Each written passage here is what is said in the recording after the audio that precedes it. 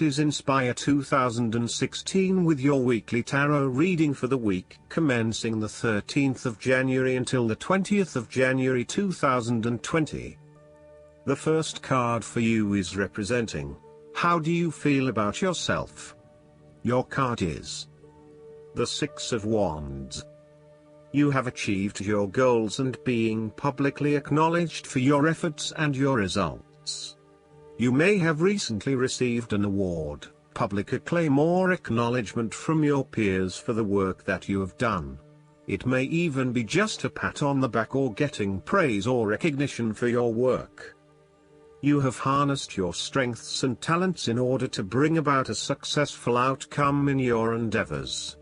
You have managed to get through the confusion of the Five of Wands, minimizing your distractions, focusing on the task at hand. You have overcome the challenges along the way, and now you are focusing your energies on the one goal that will lead to your success. This is your time to shine and to come out on top.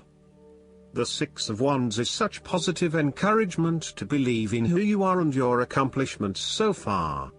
Have faith in what you have personally achieved and how this will be received by others.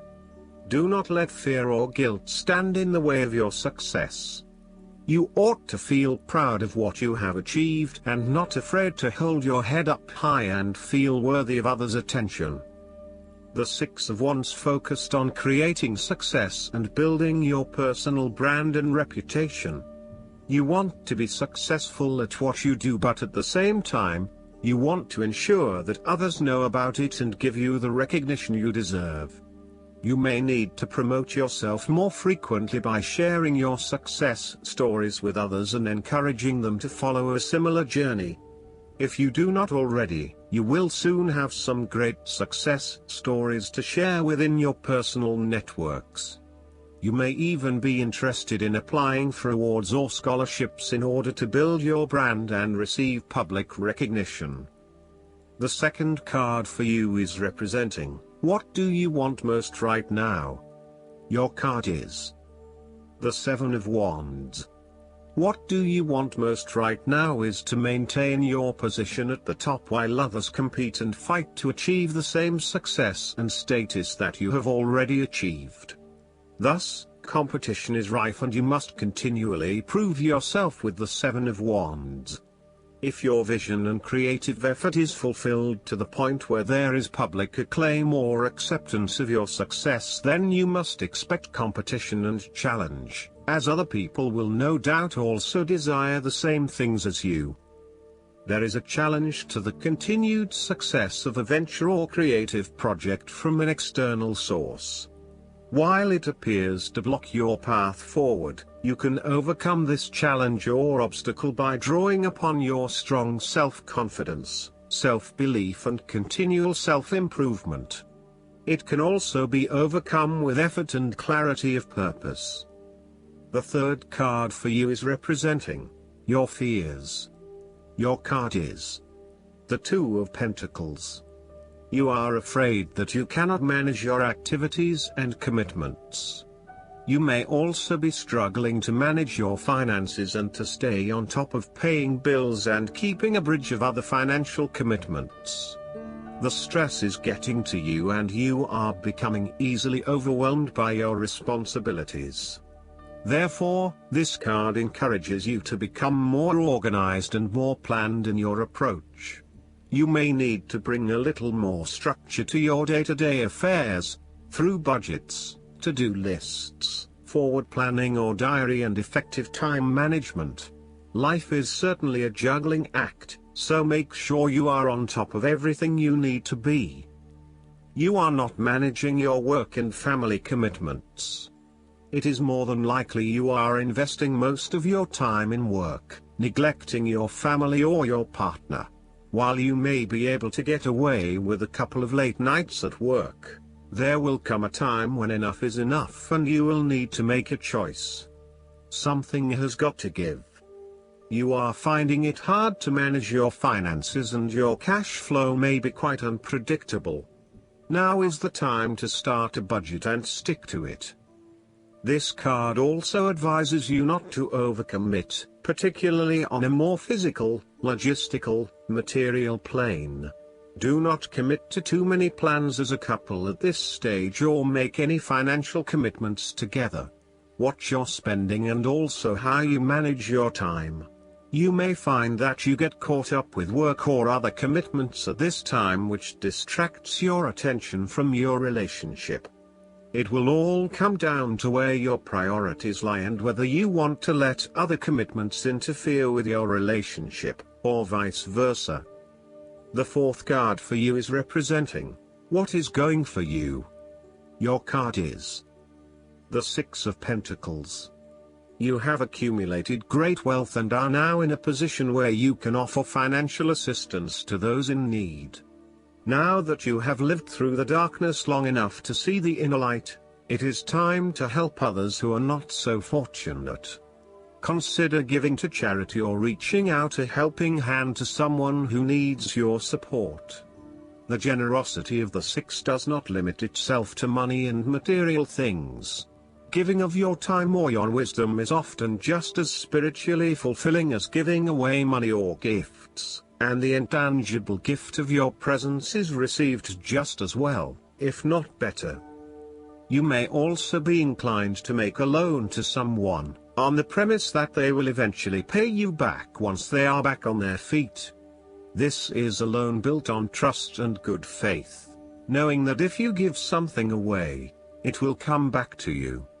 Remember, though, that this is more about a short-term fix and not a sustainable solution towards self-sufficiency. So, think about how you can financially support your family or friends in a way that encourages them to stand on their own 2 feet eventually. If you are the beggars in the Six of Pentacles, then you may be the recipient of someone else's charitable activities. This will help you to get back on your feet and to eventually repay the charitable organization or individual, either with your time or your restored wealth.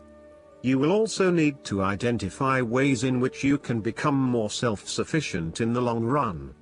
The risk of accepting charity is that you become dependent on it and cannot look after yourself. Be mindful that you are not becoming submissive or noticeably desperate as a result of the charity that someone else is providing you. The fifth card for you is representing what is going against you. Your card is the Page of Cups. You are escaping reality through drugs or alcohol. If this is not you, it can be someone around you who is running away from reality and living in their own world. This is a person who is emotionally insecure and unable to conduct healthy relationships as he expects too much and gives too little. He is lacking in self-love and self-acceptance, and may be emotionally abusive. This person has rampant and unfocused emotions, and may therefore get his or her feelings hurt without reason. He is suspicious, self-doubting, insincere, selfish and easily depressed. This may be someone you know or even a reflection of your shadow self. You or someone you know may also be prone to childlike tantrums and a loss of emotional control in the face of adversity. The reversal of the Page of Cups points to exaggerated emotional outbursts and a temperamental, overly dependent personality. The last card for you is representing the likely outcome that you may have. Your card is the King of Swords. You need to adopt a very stern but fair role. You have clarity of mind and can perceive the truth right now, so you must take the lead with providing an objective point of view. You are well positioned to judge your situation appropriately and identify the limiting behaviors that are getting in the way. This is a time when you need to leave emotions out of it, and remain as objective and rational as possible.